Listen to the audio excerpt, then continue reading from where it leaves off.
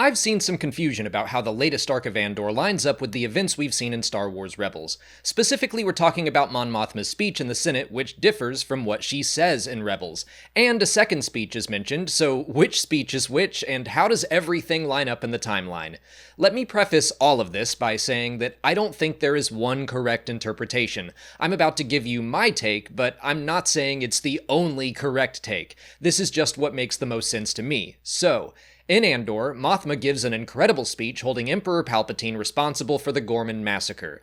Cassian then rescues her from the Senate and gets her to the Coruscant safe house, where he and Mothma part ways. Erskine tells him a different ship is going to take her to deliver another speech with a Yavin escort so they can rewrite the story. We see those events take place in the Star Wars Rebels episode Secret Cargo. There we hear a version of Mothma's speech in the Senate again. Hera, Zeb, and Ezra hear her once again holding Palpatine responsible for the Gorman massacre.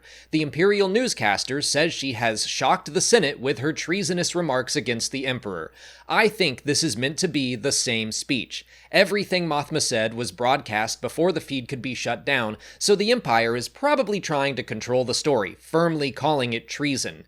Sure, the words are different, and no, she's not wearing her blue robes, but those are just minor details in the larger story. It's enough for me to just pretend the crew of the Ghost are seeing a bit of the same speech she gave in Andor. Rebels was a 22-minute show. It needed to get a specific point across quickly.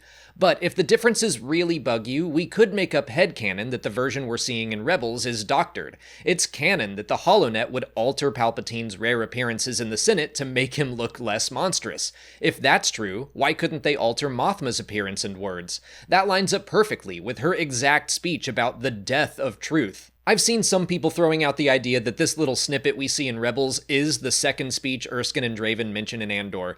Maybe, but that doesn't really make sense to me. Why would the Empire choose to broadcast her words again?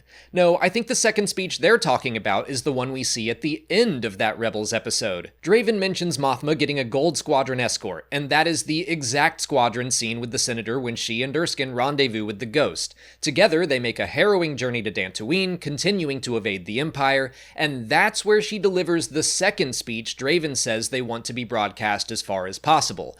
That speech isn't about the death of truth, it's a rallying cry to all the individual rebel cells to unite and become a rebel alliance. Those are the two speeches in my mind, one in the Senate denouncing Palpatine and one over Dantooine creating the rebellion as we are used to seeing it. I've seen some people worrying that Andor was ignoring or retconning Star Wars Rebels, and as far as those speeches go, I don't think it changes anything at all. What does seem like a bit of a change is the fact that we see Bail Organa and General Dodonna watching the speech on what I would assume is meant to be Yavin, even though Bail just said in Andor he was going to stay on Coruscant. Oh well. We can just pretend that's some other secret base he ran off to hang out with Jan. We did get a mention of the general without actually seeing him on Yavin, so who knows where they are? It's not a big deal. But as far as the larger canon is concerned, Mothma delivers her speech in the Senate, escapes with Cassian, is picked up by Gold Squadron, meets up with the Ghost, travels to Dantooine, and delivers a second speech which is viewed by several rebel cells. That is the broad strokes version of this story. Hopefully that clears up some confusion, but that's it from me. If you haven't already, please like this video, subscribe to the channel to keep up with all our Andor coverage, follow us on our socials, and consider checking out our Patreon page. As always, thanks for watching, and may the Force be with you.